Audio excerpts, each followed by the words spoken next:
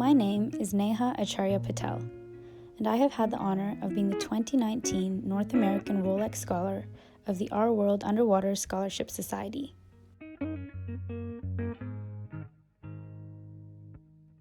During this uncertain time, we are witnessing our planet changing around us at an ever-increasing pace. Even before the worldwide pandemic that has affected all of our lives, I knew that I wanted to build this video around the concept of uncertainty. The Rolex Scholarship takes a young person unsure about their path in the context of underwater exploration and helps them to focus it. So just as the world is having to do right now, I have spent this last year learning how to thrive in uncertainty.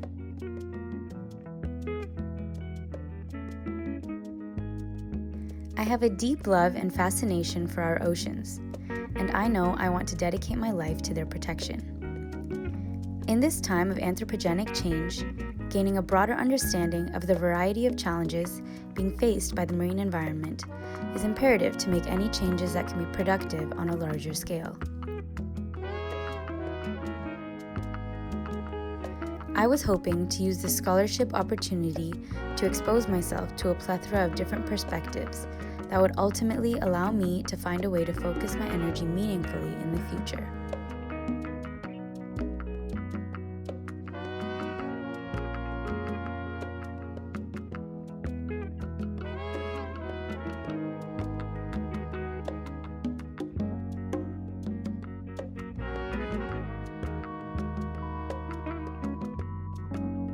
This year, I have done over 180 dives in 9 different countries, working on so many projects with people of various backgrounds.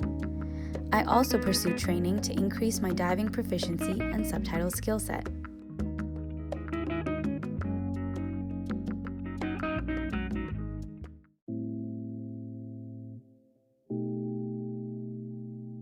While I was in La Paz, I joined Luke Inman of Cortez Expeditions for my PADI 40 and 45 courses that introduced me to the principles of planning and executing decompression dives with different gas mixes.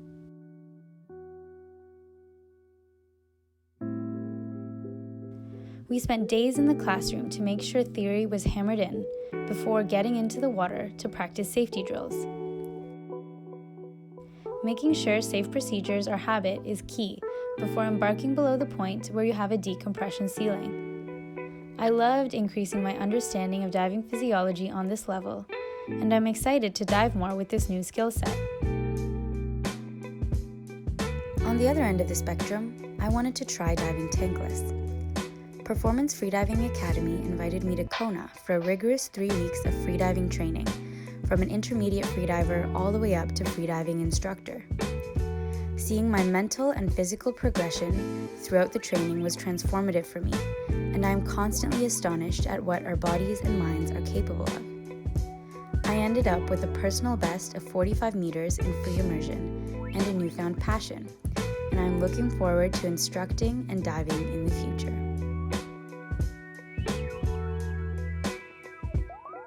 Further increasing my instructing capabilities, I traveled to Stuart, Florida, to the headquarters of international training. I joined ITI's Jesse Iacono for an intense week of classroom, pool, and ocean training sessions to gain my scuba instructor certification. Throughout the course, I could feel my perspective shift as I started seeing the skills and concepts I understood so well in clear, broken down components that made them easier to teach. I am so looking forward to sharing my love for scuba with new divers.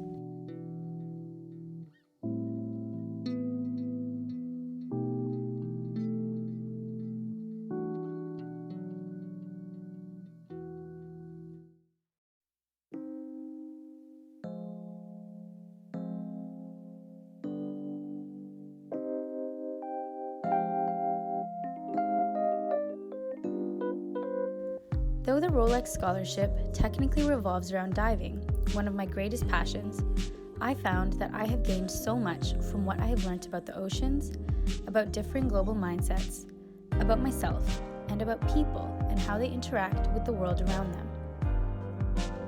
Comunidad y Biodiversidad, an NGO I worked with in Mexico, was a prime example of the intersection of human cooperation.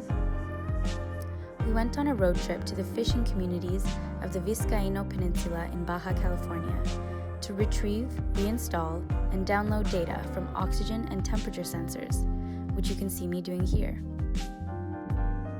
This data is in turn used by scientists, policymakers, and the fishers alike to make decisions to increase the sustainability of their fisheries. When data is open and accessible to anyone who needs it, collaboration is enabled across livelihoods, communities, and research on a global scale. Ocean Networks Canada is another organization I worked with that focused on making science and data accessible.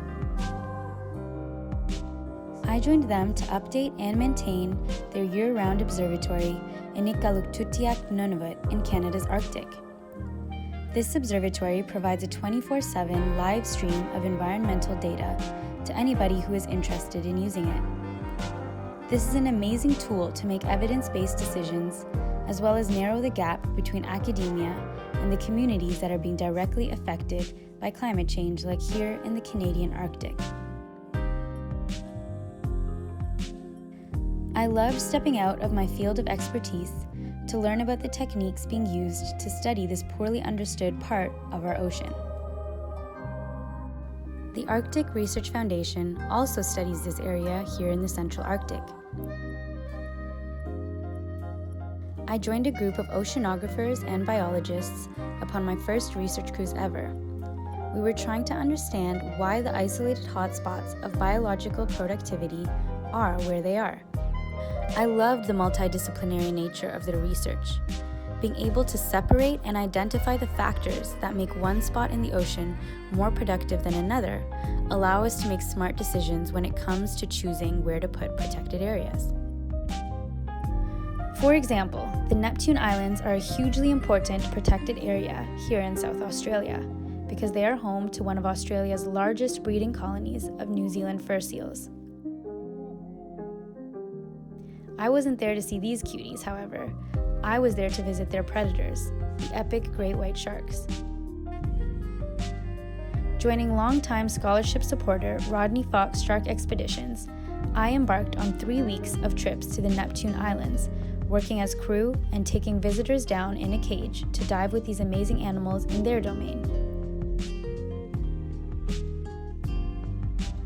They are awe-inspiring. Sharks have luckily gone from being public enemy number one to emblems for marine conservation, and with their agility and grace in the water, you can see why.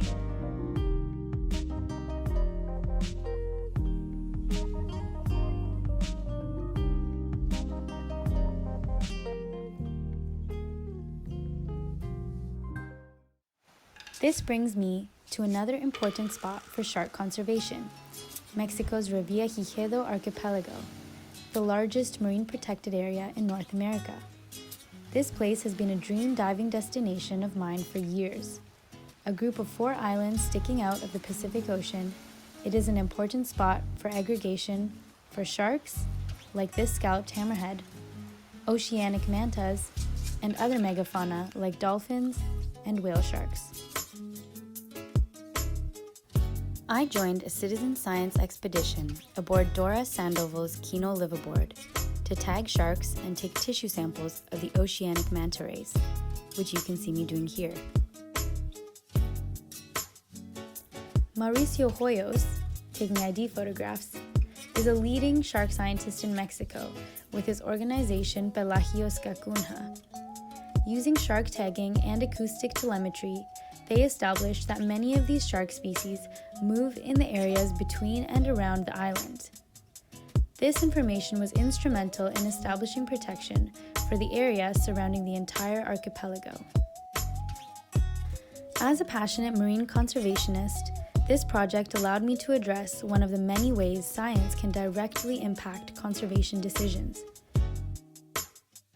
It also allowed me to see firsthand the effects that protection can have on the vitality of an ecosystem. For example, Raja Ampat, Indonesia, is a global center for biodiversity that is thriving today as almost 45% of the area is protected. Stacy Tai, the 1980 North American Rolex scholar, invited me here to learn about protection enforcement and responsible tourism. I spent 2 weeks with the local park service and tourism operators diving and talking about the environmental issues that come with increased tourism. While here, I also joined an NGO building coral recruitment structures with the local community. The reefs here are susceptible to physical damage from boat and human traffic, so these stabilizing structures can help with growth. I helped to develop a monitoring protocol so that this coral growth can be monitored over the years. Monitoring programs such as these are super important now, as global ocean conditions are changing so rapidly. Establishing baselines can help us quantify change and potentially alleviate its effects. I helped the Oceanwise Vancouver Aquarium with their ecological monitoring program in the Canadian Arctic. We did various surveys cataloging the species we encountered, like this Arctic spiny lumpsucker, and collected animals for their exhibits. The Arctic is warming at twice the rate of the global average. In fact, the polar regions are particularly susceptible to warming effects because the ice that has buffered them for millennia is now melting earlier and refreezing later every year. In the southern hemisphere, the Antarctic Peninsula and its islands are showing fast rates of change as well. Because of this, it is all the more important to attempt to understand ecosystem functioning now. My final experience of the year was one of my highlights. I joined some Chilean scientists to study the microbial communities of Antarctic sponges on the Shetland Islands. We dove in icy waters to collect 3 different species of sponge to sample for genetic studies. Sponges can cover up to 80% of the sea floor in these waters, and they, with their microbes, are key ecosystem engineers via water filtration and nutrient cycling, among other processes. It is wild how much a sponge can affect its whole ecosystem. Understanding their influences will help us to predict how the rest of the system will shift with the changing climate.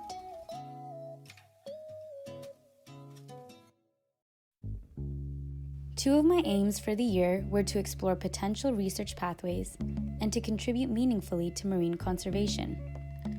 As an aspiring scientist who wants to work to protect the sea, this year has allowed me to witness the seemingly infinite number of ways that science intersects so seamlessly with conservation applications.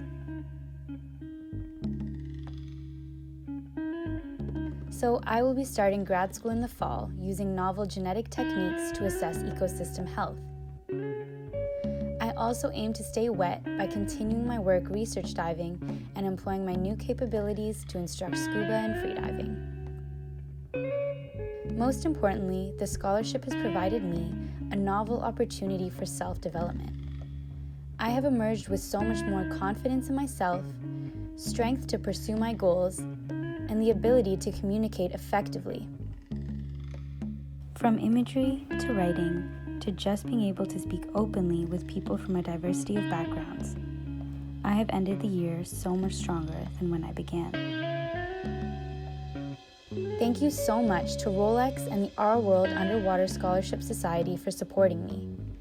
I am so excited to continue along the path to be a truly responsible advocate for my one true love, the sea. The future is uncertain by definition, and though that can be overwhelming at times, there is beauty in not knowing where our path will lead. As long as we work together for our common goal to protect what we love, I know we will be able to thrive in uncertainty.